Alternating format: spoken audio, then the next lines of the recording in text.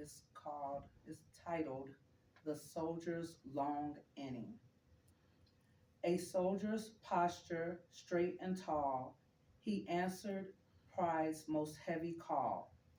A man who wore the uniform with grace and carved for us a legacy, a name, a place. From the Negro Leagues where the diamond gleamed, he lived the grit of which others dreamed. The crack of the bat, the ball's perfect flight, he played for the honor, played for the right. Down the polished lanes, he found his groove with a bowler's hand and a steady move. But as the years marched on towards 93, the world grew dim, a blurred tapestry. His eyesight faded, his frame grew frail, but the strength of his spirit did not fail. He carried the stories of the service and sand of a life well lived in a changing land. For years, his granddaughter stood by his side, a choice made in love with nothing to hide. Through the long, quiet hours and the shadows of age, she helped him turn every final page.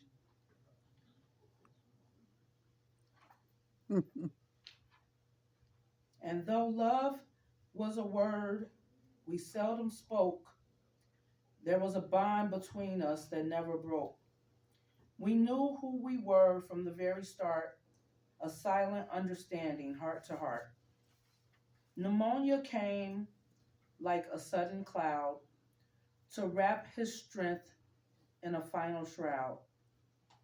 It took him faster than we could prepare, leaving a stillness in the heavy air.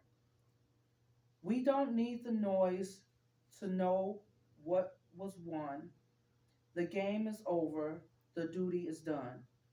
A soldier, a player, a man of his own, he finds his rest on a peaceful throne.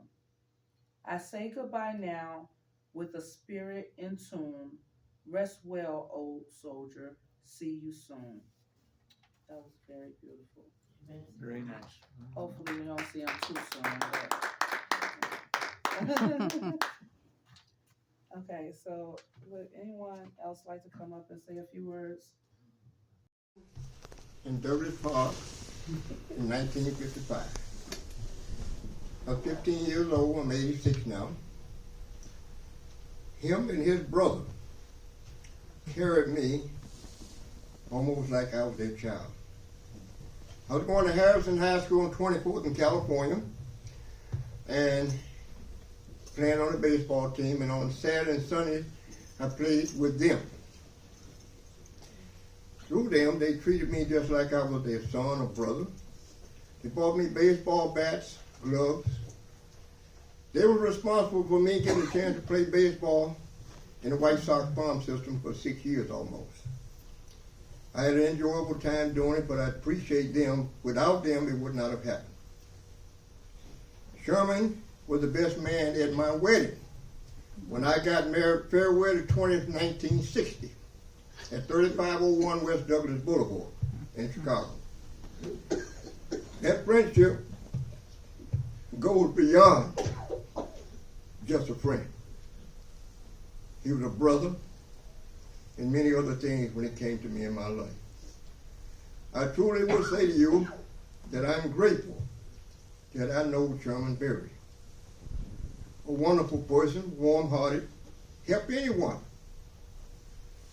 If you know, like I know, what he stood for, out of all the people that I've known in my life, him and his brother, I never heard one bad word out of each one of them. No profanity. And I was the best man at his wedding. That friendship goes deep. So the only thing I can say, I'm grateful to his granddaughter, for his granddaughter taking care of him. We continue to talk. And It's unbelievable the stress that she went through. I know all about it because I went through it with someone in my family. And I would say that anyone that met Sherman or knows him, they'll have to appreciate it. Thank you all for coming. And to you, Lithian, God bless you and continue to work.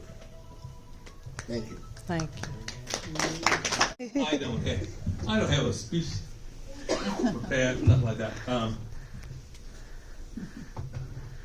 I know Sherman probably 50 or 60, but more than 50 years because he was at my wedding. He was my best man 50 years ago. So, and probably I'd say 60 some years. I was at their baseball games, a lot of them. We went to the baseball game. We bowled and bowled and all kinds of tournaments and everything else like that. And it's gonna be hard to miss him because it's you just don't meet people like Sherman every day. Amen. Okay, it's a hard thing. I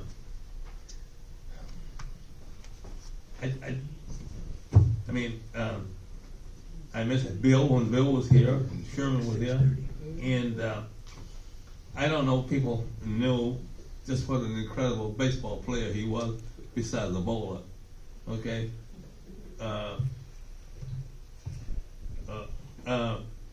Bill was a pitcher, and Bill was something else, and I don't remember all the things. I remember that we was in the parks, and you know, sometimes all these memories, they come back and forth. But it's a little hard for me. I was at his house a couple of times when he was sick, and it was hard then, and it's hard now. And I don't know. I'll let my wife say a couple of words if you want to, dear. Come on, get in here. You know Sherman? Good evening. Sorry we're so late. Sherman was a very special man. I wasn't as close to him as George was, but we spent a lot of time when we were younger bowling and going to tournaments every which way. Wisconsin, Ohio, Michigan, St. Louis, anywhere in the Midwest, they'd get in the car and go. So we've tried to reconnect a little bit the last year or the last few years, and we did go over and see Sherm a couple of times the last few months. Brought him dinner. He wanted ribs. We picked up a rib dinner for him.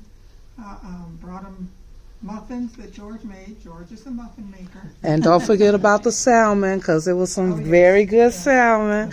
I appreciate that too. It was a little tough to see how Mother Nature had treated him as he got older.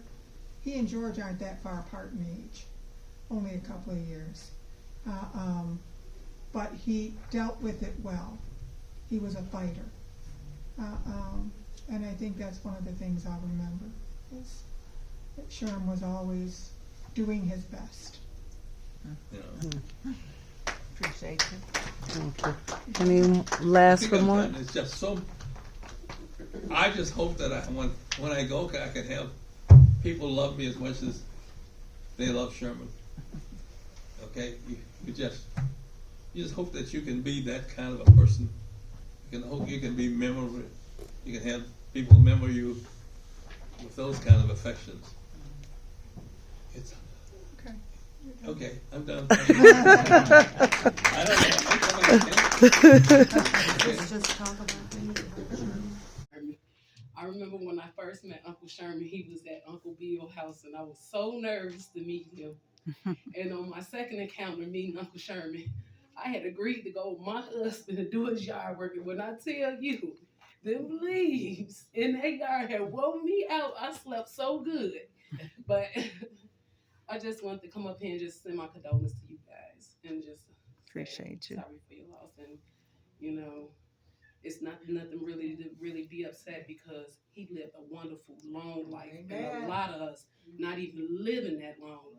Our children out here losing their lives early, so you know it's just an honor to be amongst him, you know, and to even meet him and meet somebody that lived that long, you know, and still here, you know, with us, with everybody here. So I just want to thank everybody for coming out.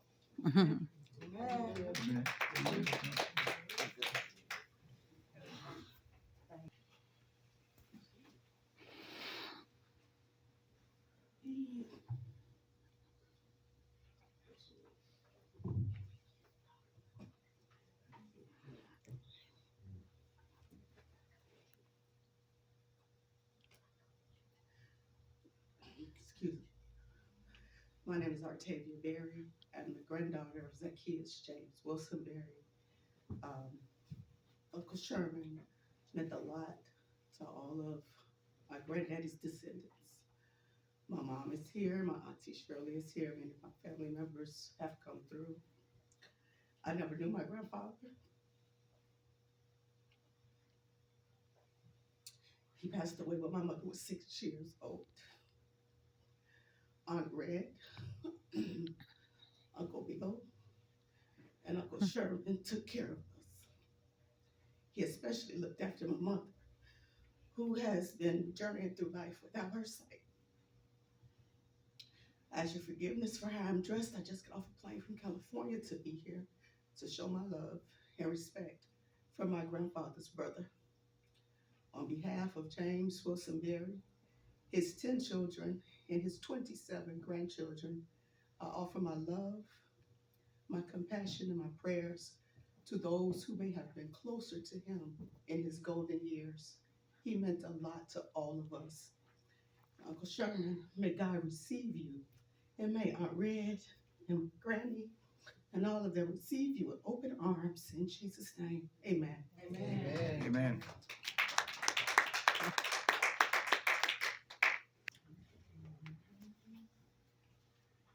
I don't know if I need a microphone or not. But I'm the Ron that's in all the pictures that with Sherman for all those years, and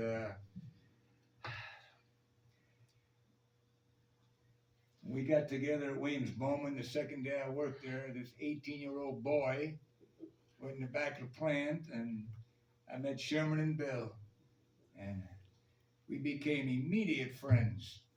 And all those years we worked together, what a wonderful friend. I'm an only child, so you talk about brother. That was my brother. I know that word is used loosely about brother, but I have no brothers and sisters. Sherman and Bill were my brothers. And they straightened me out on a few things when you're 18 years old, if you think you know it all. But and we worked together to 1975, as the book says. And when I left there, I was hoping I could get back with Sherman again and Bill. And where I went, it didn't work out. So I started with Harwick, and I can tell this story. Somebody quit there in the warehouse, and I went to my boss and I said, I've got a friend that he knows all these chemicals, and he's been doing this for years. And so Jerry, our boss at the time, he called Akron and he told the president of the company, Ron's got this friend that he thinks we should hire. And Fran, our president, said, don't interview him, hire him. So Sherman came in, talked to Jerry, hired him right there. We were back together again. And for the next, I don't know how many years that was, 88 to 2001 or 2002, we were brothers again in the same company. And of course, we stayed in contact, when Sherman retired.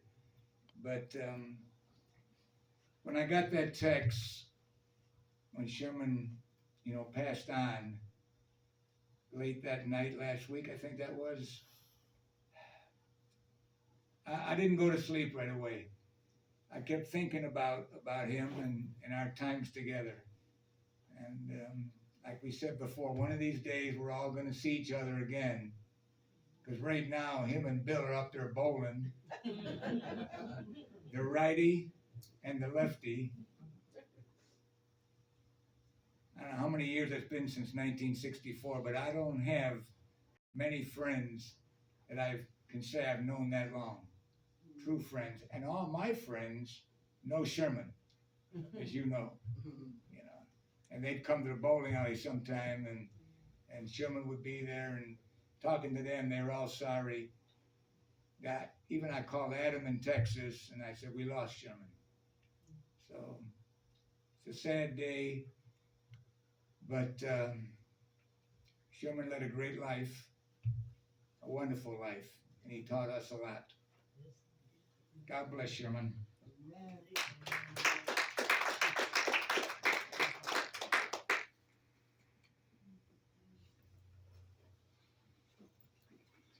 Thank you for being such a wonderful friend. Wonderful. Wait, introduce yourself so people know who you are. Patrick. No, I know who you are. I'm not talking about you. I'm talking about everybody. His Grand, nephew. right? Grandnephew. He couldn't see, but he heard my voice. I was coming down the hall because I was talking mess to the aides and the nurse and stuff. So let me see Patrick. And so we walked the corridors to get his walk again, right? And the aide was having a problem with him, following directions, move a little bit this way, move a little bit that way. I got it on tape too. Got it on film. I said, here's how you do it. 5 degrees, you're moving 5 degrees to the right. He knew about the degrees by his military training, which direction to go. So he was able to walk the halls. So I said, 5 degrees to the left, 10 degrees to the right, 90 degrees, you're making a turn. And he got through his steps. One of the last things I remember we talked about. We talked about a few things. But he was always calm, as everybody says. He was a benchmark of how to make calmness out of chaos, One of those things. He would always say, it's going to be all right. He'd have that smile on his face, everybody remembers. The smile he had on his face. And he would say, how you doing? And no matter what you were going through, it was like the load was lifted. It was a little bit lighter. Just from speaking to him. It's hard for me to come to wake funerals and seeing people when they're this, not here anymore with us. I mean, they're here in spirit. Because I want to remember them when they're alive. So it took a little bit out of me to come here. I want to remember what I last saw. But for Uncle Sherman, he was close in age to my mom too, which was a weird thing too. So that's back in the day when people had kids late in life. And coming here, seeing all of you, who I haven't seen in a while, and of course just paying my respects to a gentleman. I put a picture on Facebook. I put it up just a little while ago when he was dressed up going to somewhere, some party. I think it's a picture that I remember. But yeah, I'm gonna miss him. I'm gonna miss his spirit. Being calm in turmoil, being calm no matter what. And that's what I remember the most. Always had a smile. People around him were always like, he's a great person, And then, I've been thinking about him for a while now. And he was the last of that crew. So, today's his birthday. Yep. Yeah. So, that's all. Happy birthday. May we all enjoy, a beautiful life that he's had. And live it to the fullest. And being with kindness. And making everybody feel warm and invited and alive. Thank you. Thank you. Miss Mary, the daughter of Bertha, Sherman's love. I just want to say to the family, to my mom, that Sherman was a great pawpaw in our lives. He was always kind, sweet, loving, laugh, family functions, he was there. And I just want to say to my mom and his friend Ron, he's always here because we got a part of that love in our heart. So when your heart is troubled, let your heart not be troubled. Trust in God. He's in a better place than we're living today. And we will always keep our memories of our Pawpaw. I love you, Pawpaw. Rest in peace. I'll see you when I get there.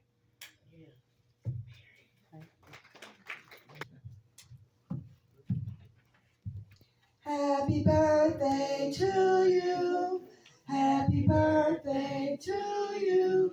Happy birthday to Pawpaw. Happy birthday to you.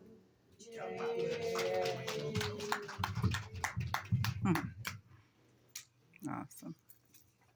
Everyone, I'm Sherman's nephew, Tony, and I just wanted to come up here and wish him a happy birthright and send my condolences to my cousin, Miss Bertha, Lithian, Run.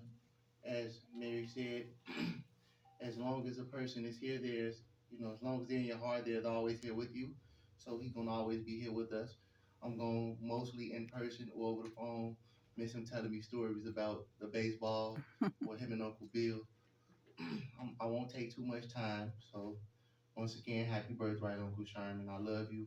I will dearly miss you, and I'm gonna think about you all the time.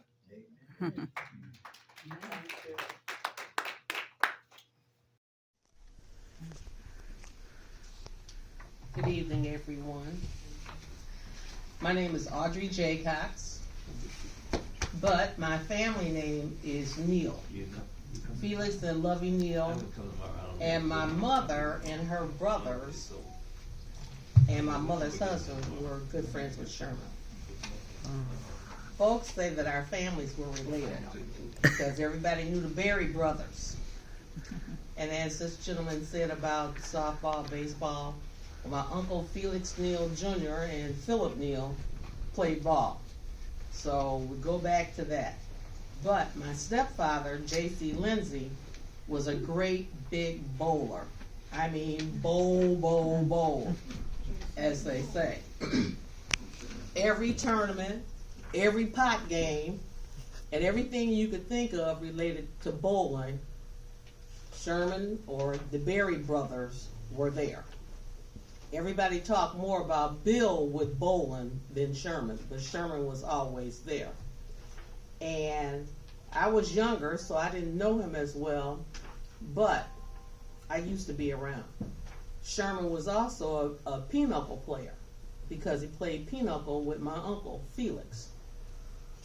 And then the way I got to know Sherman was O.J. Hines always did our family taxes.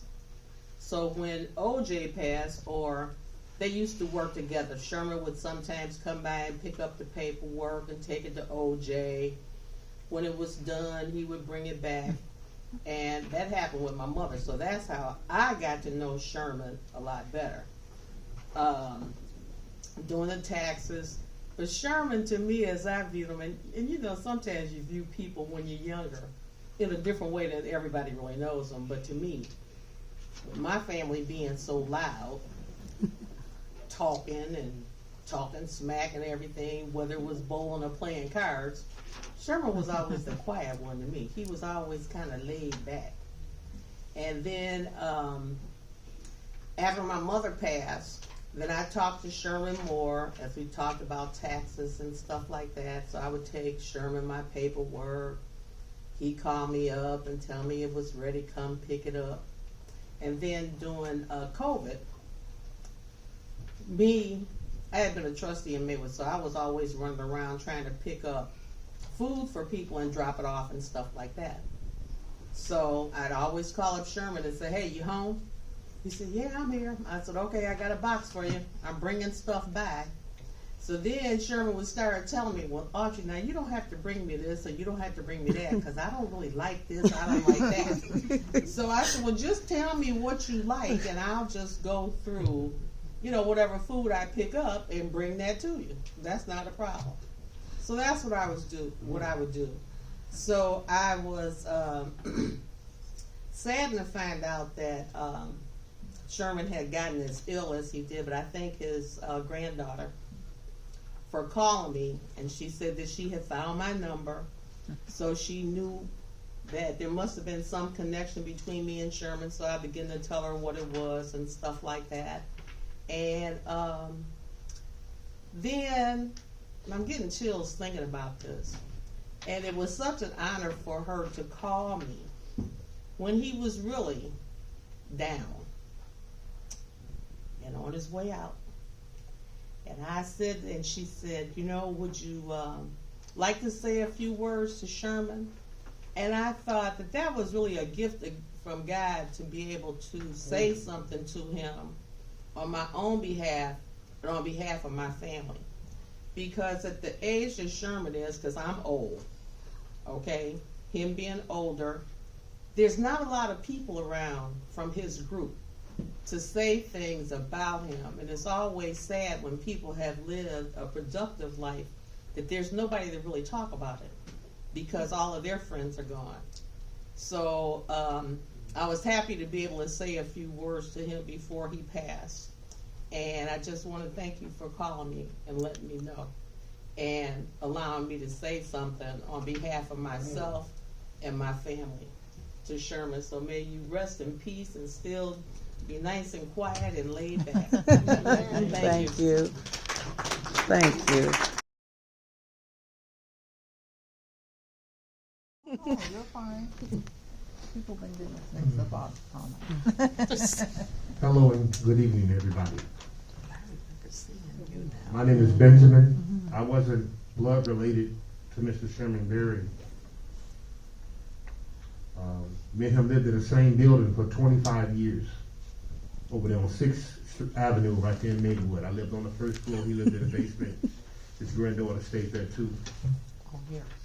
And I just want to tell everybody that at the age of 57, and by the way, happy birthday, Mr. Berry. Today would have been his 93rd birthday today. And at the age of 57, one of the nicest people I've met in my life, and I told his granddaughter this, was this man. And I can just name a lot of things I learned from him, but one thing he told me to do was calm down and relax. I used to have high blood pressure real bad. And back in October 2005, over 20 years ago, I got in trouble real bad with the law, which was my fault. Mr. Berry came to see me while I was at Gottlieb Hospital on North Avenue, and there was another hospital called Westlake Hospital that was on Lake Street. He came to see me once a week, made sure I took all my medications. Anyway, people, long story short, the case got resolved. They found out that Benjamin, which is me, didn't do what they said I did. They let me come home. I just want to thank him because my blood pressure every day now is 120 over 80 because of what he told me. Okay. And if people don't know, 120 over 80 is normal blood pressure. His granddaughter know I still have physical ailments with me right now. I'm at the VA hospital. I'm having surgery tomorrow at 9 o'clock, which she knows about. But I had to be here. And I want to thank her for allowing me to be here. One of the nicest men I've ever met in my life. Just calm down and relax. Don't be angry. Think before you react. That's what he always would say. Benjamin, before you go out there and do something wrong, think before you react. Don't do something in 30 seconds that's going to cost you 30 years. I'll never forget he told me that. Never forget it. He right. That's how come I walked away. So I want to thank him for having a positive influence on my life. I'm not blood related. And one of our favorite things to do was we used to go to the Chinese place on, I think it was 1900 on Roosevelt, right here. It's closed now. It's called China Gold. That was our spot. We used to go up there and then go next door and get the pizza, which is called Como's, I believe, which was right next door. And that was our spot. And we would go in there and eat, take it home. So thank you, Lithian, for allowing me to be up here. And you know, I told you this when he was alive. Thank you for 25 years, people, me and him living in the same building. I was on the first floor, he was on the basement. And just thank you for having a positive influence on my life. We're not blood related, but he treated me like I was blood. That's what I mean. We used to eat. Hey, Benjamin, you got something to eat? I just want to thank you, Lithium, and thank you, Mr. Berry, for allowing me to know you for 25 years. You had a positive influence on my life. And like I say, my blood pressure is normal now. It's because of things you told me. Take your medicine, calm down, get plenty of rest, take it easy.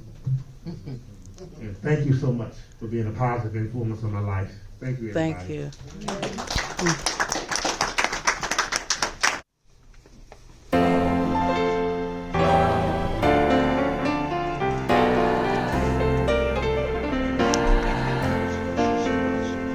My name.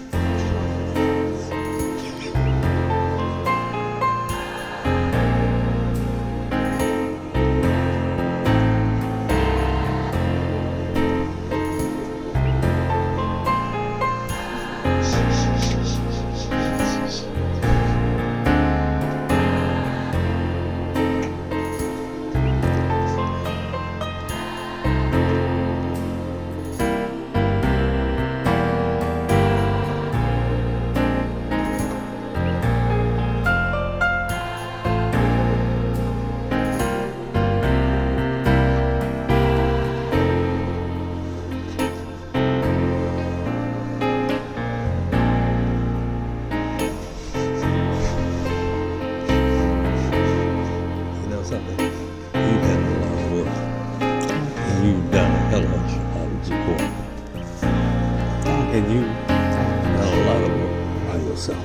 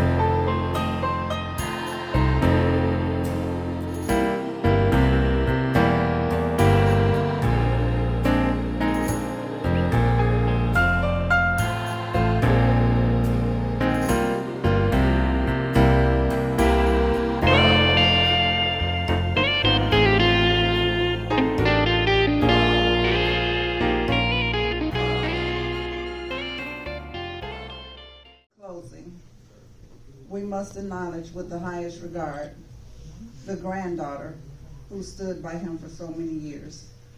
She gave her care selflessly, often placing her own needs aside. She remained through the hopes, errors, changes of body and mind, and yes, even the stubborn moments, never wavering in her love or commitment. That kind of devotion is rare and it's extraordinary. Today, let us pause to thank her and to honor her resilience, her sacrifice, and her unwavering heart. We appreciate you. Thank you.